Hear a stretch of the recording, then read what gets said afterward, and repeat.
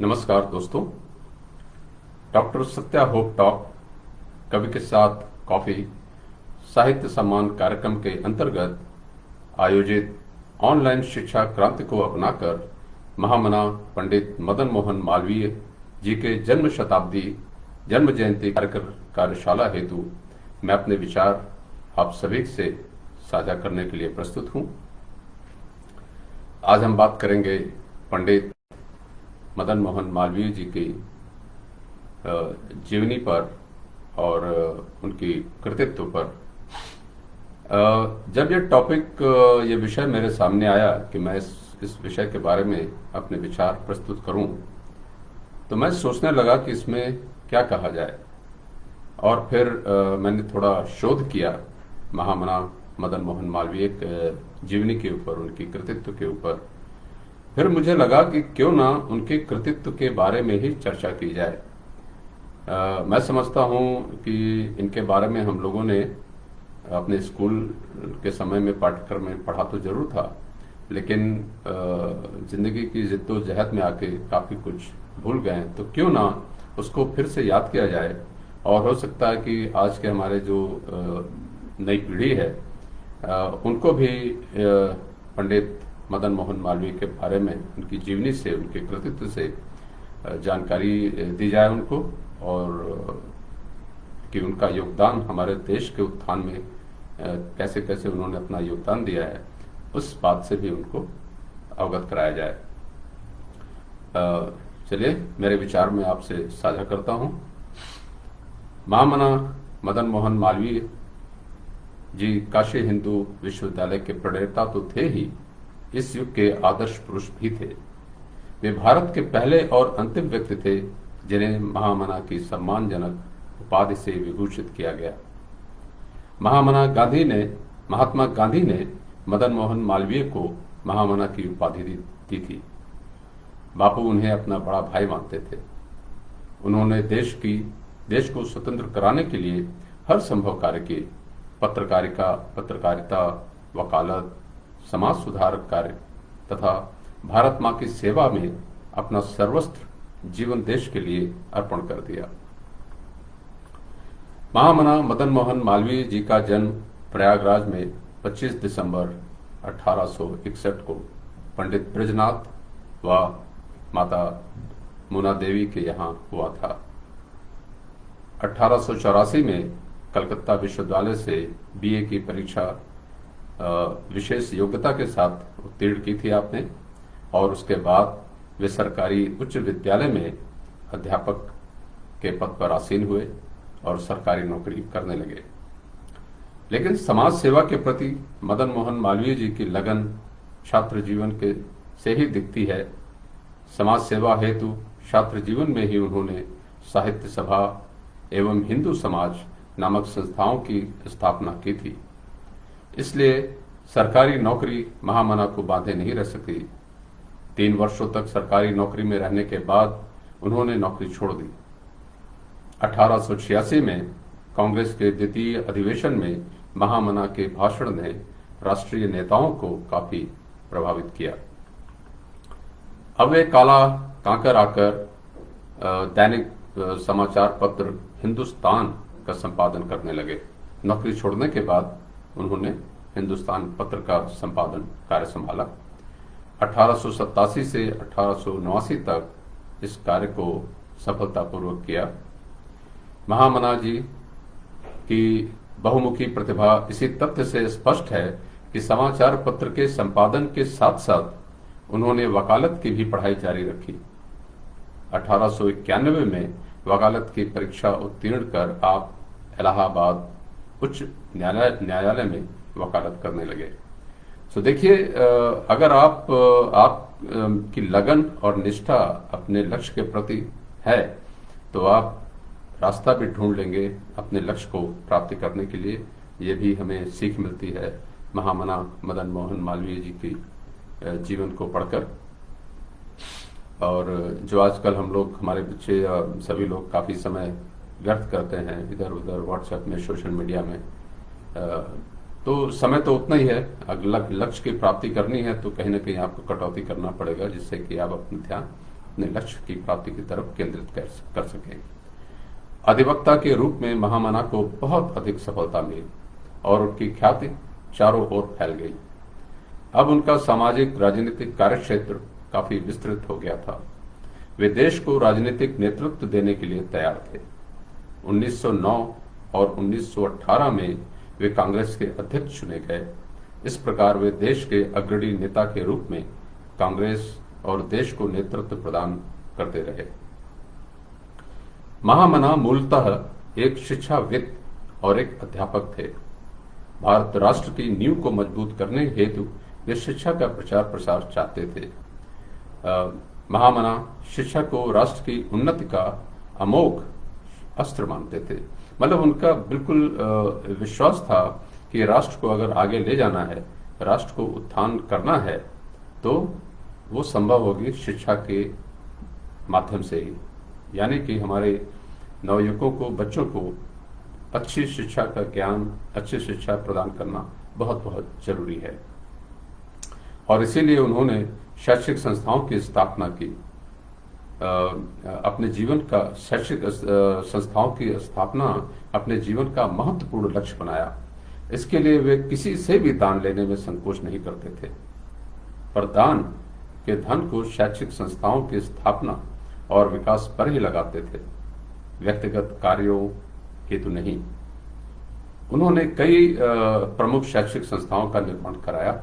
उनमें से कुछ प्रमुख संस्थाओं का मैं यहाँ पे उल्लेख करना चाहूंगा। Hindu boarding house. महामना उचित शिक्षा हेतु छात्रावास के महत्व को समझते थे, अतः उन्होंने 1901 में इलाहाबाद विश्वविद्यालय के सेंट्रल कॉलेज के लिए 230 कमरों का एक विशाल छात्रावास का निर्माण कराया। यह छात्रावास 1903 में बनकर तैयार हुआ। मतलब उनको ये पता था कि बच्चे साथ में रहेंगे तो पूरी तरह से हॉस्टल में रहेंगे तो हॉस्टल और कॉलेज पास होगा, तो पूरा ध्यान वो अपनी पढ़ाई की तरफ दे सकेंगे। साथ ही छात्रावास में रहने से एक आपस में मिलजुल के रहने की भी भावना उत्पन्न होती है बच्चों में, तो इस चीज का उनको बहुत ही पहले से आभास था। गौरी पाठशाला।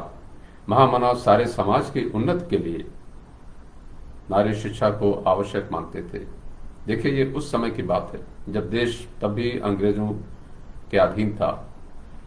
तभी उनको इस बात का एहसास था कि पुरुषों के साथ साथ नारी का उत्थान भी, नारी को भी शिक्षित करना बहुत आवश्यक है अगर देश को आगे लाना है। तो वे देश सेवा के लिए नारी को भी उतना ही महत्वपूर्ण मानते थे जितना पुरुष को।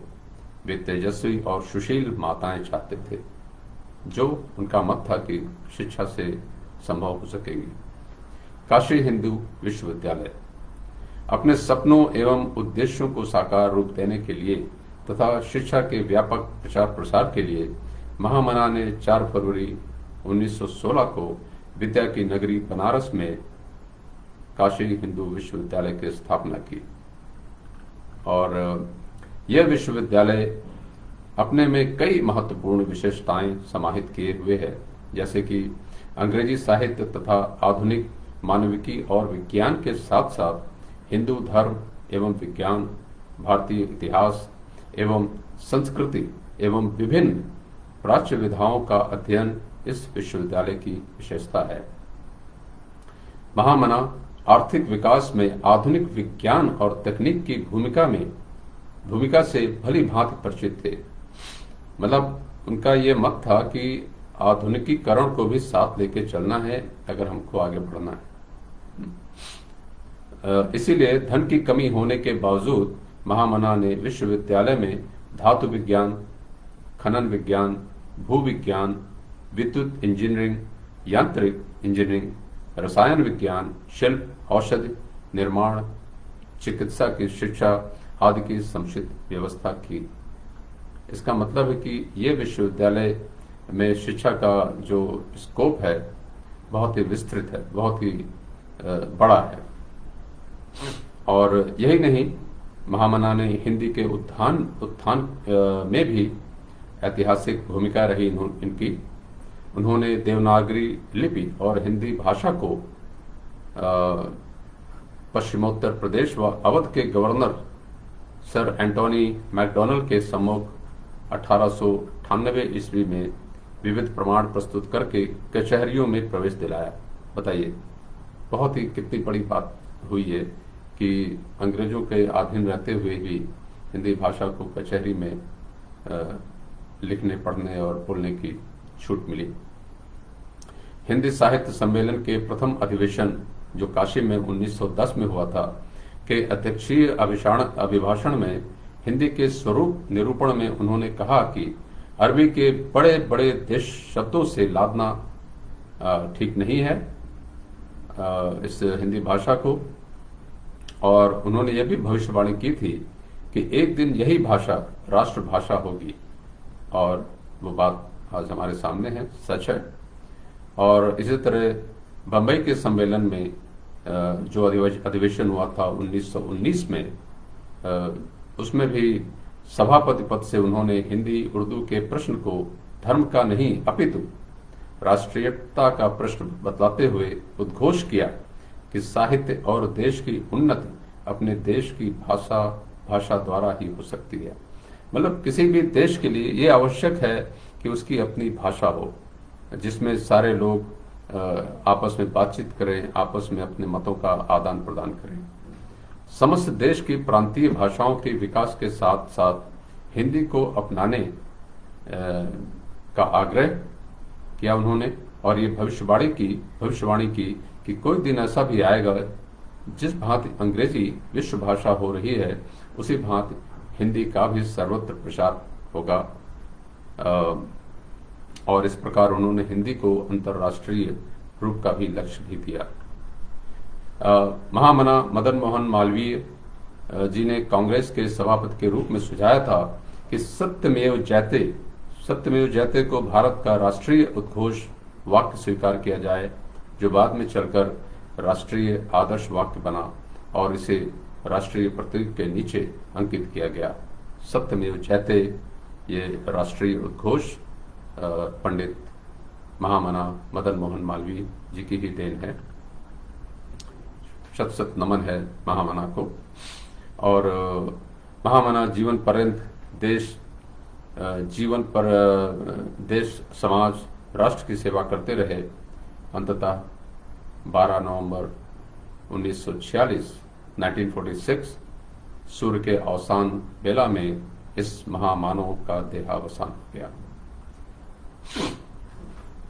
2011 यानी 2011 में भारत सरकार ने उनकी स्मृति में एक डाक टिकट जारी किया। 24 दिसंबर 2014 को भारत सरकार ने उन्हें भारत रत्न से सम्मानित किया। और यही नहीं, 22 जनवरी 2016 को महामना एक्सप्रेस एक ट्रेन चलाई गई जो वाराणसी से दिल्ली के बीच चलती है। तो ये थे हमारे महामना पंडित मदन मोहन मालवीय, जिनका हमारे राष्ट्र के उत्थान में बहुत ही बड़ा योगदान रहा। और मैं समझता हूँ कि हम सभी को उनकी जीवनी, उनके कृतित्व के बारे में पढ़ना चाहिए और जानना चाहिए, और उससे हमें आगे की योजना बनाने के बारे में भी काफ़ी जानकारी मिलेगी और काफ़ी मदद मिलेगी। काफ़ी कुछ सीख सकते हैं हम उनके कृतित्व से। और अब कुछ मैं अपनी बातें रखना चाहूँगा। आज के माहौल में क्या चीज़ें चल रही हैं और कहाँ पे उनमें कुछ सुधार हो सकता है बेहतरी के लिए। जैसे सबको मालूम है कि पिछले लगभग दो वर्षों से कोरोना महामारी के प्रकोप से दुनिया जूझ रही है। भारत देश भी उससे अछूता नहीं है, और बच्चों की पढ़ाई पर इसका बहुत असर पड़ा है, क्योंकि बच्चे स्कूल नहीं जा पा रहे हैं, टीचर भी घर से ही पढ़ा रहे हैं, बच्चे घरों से पढ़ रहे हैं। लेकिन हम लोग जो स्कूल में पढ़ाई कर चुके हैं, हॉस्टल में रह चुके हैं, हमें मालूम है कि टीचर के सामने क्लासरूम में दूसरे अन्य सहपाठियों के साथ बैठकर पाठ्यक्रम को सीखने का जो आनंद है, उसका जो प्रभाव पड़ता है, वो घर से पढ़ाई, दूर से घर में बैठ के पढ़ाई करने से नहीं आ सकता है। क्योंकि जब हम स्कूल में जाते हैं, क्लास में अपने दूसरे सहपाठियों के साथ बैठते हैं, तो पढ़ाई के साथ साथ जो आपस में एक तालमेल है, आपस में विचारों का मेल है, ये भी सीखते हैं हम। खाना शेयर करते हैं, अपना टिफिन बॉक्स साथ में शेयर करते हैं, खेल खेलते हैं साथ में। उसमें जो है एक टीम वर्क कैसे करना चाहिए। अकेले तो काम कर सकते हैं, लेकिन टीम में रहकर काम करना बहुत जरूरी है, क्योंकि we are as strong as team. As individual work तो ठीक है, एज ए अकेले आदमी तो बहुत थोड़ा अचीव कर सकता है, लेकिन टीम में कई गुना हम जो है ना चीज़ों को अचीव कर सकते हैं। कई बड़ी बड़ी योजनाएं को विचारों से लेके उसको जो है ना कार्य रूप दे सकते हैं। अब अगर बच्चे स्कूल नहीं आ पा रहे हैं, तो मैं समझता हूँ इसका एक विकल्प तो हो सकता है कि स्कूलों को क्यों ना हॉस्टल में तब्दील कर दिया जाए। जैसे कि कुछ एक कमरे क्लास के लिए रखे जाएं पढ़ाई करने के लिए, और कुछ एक कमरे जो है हॉस्टल में तब्दील कर दिया जाए, जहाँ की बच्चे और अध्यापक सब हॉस्टल में रहें। तो इससे क्या होगा कि बाहरी दुनिया से भी वो प्रोटेक्टेड रहेंगे और कोरोना भी उनको नहीं छू सकेगा। साथ में सुचारू रूप से जो पढ़ाई का माहौल उनको चाहिए पढ़ाई करने का, पढ़ाई, खेल कूद, आपस में मिलना जुलना, विचारों का आदान प्रदान, टीचर की डांट फटकार वो सब कुछ उनको मिलेगा। तो एक बहुत ही अच्छा जो है एक्सपीरियंस होगा उनके लिए। मैं समझता हूँ अगर ये कोरोना का प्रकोप और ज़्यादा दिन चलता है, तो जो स्कूल के एडमिनिस्ट्रेशन है या सरकार है, इस दिशा में भी विचार कर सकते हैं। दूसरी बात मैं जो कहना चाहूँगा कि आजकल कुछ ऐसा हो गया कि बच्चे सोचने लगे हैं, या माँ बाप भी सोचते हैं कि बच्चा अच्छे से अच्छा नंबर लेके आए, विश्वविद्यालय में जाए और अच्छे मार्क्स से पास हो, और फिर पाश्चात्य देशों में जाके वहाँ पे नौकरी करे। तो और जो ये अपने संस्कार देने की बात जब आती है, भारत के बारे में बताने की बात आती है, तो ये सारी जिम्मेदारी माँ बाप पे छोड़ दी जाती है। लेकिन अब आप देखिए कि माँ बाप दोनों ही लोग नौकरी कर रहे हैं, व्यस्त रहते हैं अपने कार्य क्षेत्र में।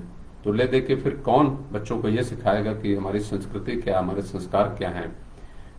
तो फिर बच्चे वंचित रह जाएंगे इस जानकारी से, और बस उनकी शिक्षा केवल धन कमाने का ही एक साधन मात्र होके रह जाएगी। तो मैं समझता हूँ कि शिक्षा धन कमाने के लिए तो पढ़ाई जाए, जरूरी है, और इसीलिए पंडित महामना मदन नेहरू मालवीय जी ने भी BHU हिंदू विश्वविद्यालय की स्थापना की। लेकिन साथ में बच्चों को हमारी संस्कृति, हमारे संस्कारों के बारे में भी पढ़ाया जाना बहुत जरूरी है। धर्मनिरपेक्षता क्या है, सहिष्णुता क्या है, इन सब चीज़ों के बारे में भी जानकारी, तभी तो वो एक अच्छे नागरिक, एक सामाजिक नागरिक बन सकेंगे। तो शिक्षा के साथ साथ बच्चों को एक समृद्ध सामाजिक नागरिक भी बनाना बहुत आवश्यक है। और तीसरी बात जो मैं करना चाहूँगा कि आजकल उपभोक्तावाद बहुत बढ़ रहा है। मतलब चीज़ों की खपत, चाहे चीज़ हो, वस्तुएं हो या ऊर्जा हो, हर चीज़ की खपत बहुत बढ़ गई है। इसके कुछ एक कारण हो सकते हैं, जैसे कि पिछले कुछ दशकों में आबादी में बहुत बढ़त हुई है, और आबादी बढ़ने के साथ साथ चीज़ों में खपत में भी बढ़त आई है। जीवन शैली हमारी बदली है, बड़े बड़े शहरों का फैलाव हुआ है, विस्तार हुआ है। तो अब नौकरी करने के लिए शहर के बीच में आना पड़ता है, लोग शहर से बीच सेंट्रल से काफ़ी दूर रह रहे हैं। तो यातायात के साधन में बढ़त आई है, जिनमें ऊर्जा की खपत होती है। और इन सारी, और जब उपभोक्तावाद बढ़ा है, चीज़ों वस्तुओं की खपत बढ़ गई है, तो जाहिर सी बात है कि उनको बनाने में भी एनर्जी, ऊर्जा की खपत होती है। और उसमें ग्रीन हाउस गैसेस का इमिशन होता है। ग्रीन हाउस गैसेस जो निकलती हैं, वे हमारे पृथ्वी के वायुमंडल के तापमान को बढ़ाती हैं। और ये तापमान, जैसा कि वैज्ञानिक लोगों का मानना है कि 0.17 की रफ्तार से प्रति दशक ये हमारी पृथ्वी का तापमान बढ़ रहा है। और इस तापमान के बढ़ने के साथ साथ सागर में या समुद्र में जल का स्तर भी बढ़ रहा है। तो इससे क्या खतरा उत्पन्न हो गया है कि कई जो देश हैं जिनका जमीनी स्तर नीचे है, वो शायद आने वाले कुछ दशकों में जलमग्न हो जाएंगे। तो ये एक बहुत बड़ा खतरा है। और ऊपर से उपभोक्तावाद के चलते जो इतनी सारी चीजें, वस्तुएं लोग कंज्यूम करते हैं और थोड़े समय यूज करने के बाद उनको निरस्त कर देते हैं। अब उनको निरस्तीकरण भी एक बहुत बड़ी समस्या है हमारे सामने, क्योंकि कचड़े का अंबार बनता जा रहा है हर शहर में, हर गांव में। तो उसका निस्तारीकरण भी एक बहुत बड़ी समस्या है। तो 3 पॉइंट जो मैंने बताए, 3 बिंदु, कि अगर ये कोरोना महामारी और ज़्यादा दिनों तक रहती है तो बच्चों, स्कूलों को हॉस्टल में तब्दील किया जाए, जिससे कि बच्चे साथ में रह के पढ़ाई कर सके, क्लासरूम में रह के पढ़ाई करें, ना कि ये होम बेस्ड लर्निंग बंद हो जानी चाहिए, कहने मतलब है। और शिक्षा पैसे कमाने का साधन तो रहे, लेकिन साथ ही साथ बच्चों को हमारी संस्कृति, हमारे संस्कार भी सिखाए जाएं, जिससे कि वो एक समृद्ध नागरिक बने इस समाज के, इस देश के, इस विश्व के। और उपभोक्तावाद में भी कमी लाई जाए। हमें जितना आवश्यक हो उतनी ही चीज़ें उपयोग में लाएं और अनावश्यक चीज़ों को ना खरीदें। आजकल जैसे फादर्स डे, मदर्स डे, ये तमाम तरह के दिन मनाए जाते हैं और हर दिन में लोग एक दूसरे को उपहार देते हैं, तो उससे भी उपभोक्तावाद बढ़ता है। आई थिंक हम बैठ के सोचेंगे तो हमें खुद भी इस चीज़ का एहसास होगा कि यस, चीज़ों की खपत पहले के मुकाबले बहुत बहुत बहुत बढ़ गई है। कई बार लगता है कि इतनी चीज़ों की आवश्यकता नहीं है और अनावश्यक चीज़ें इकट्ठा हो जाती हैं घर में। दुकान में जाते हैं, चीज़ें अच्छी लग रही होती हैं, लोग ले लेते हैं, उसके बाद में आके भंडार घर में पड़ी रहती हैं। तो उपभोक्तावाद को भी हमें कम करना होगा, जिससे ये ग्लोबल वार्मिंग पर भी नियंत्रण पाया जा सके। आप सभी का हमसे जुड़ने के लिए बहुत बहुत धन्यवाद। स्वस्थ रहिए, प्रसन्न रहिए। धन्यवाद, आभार।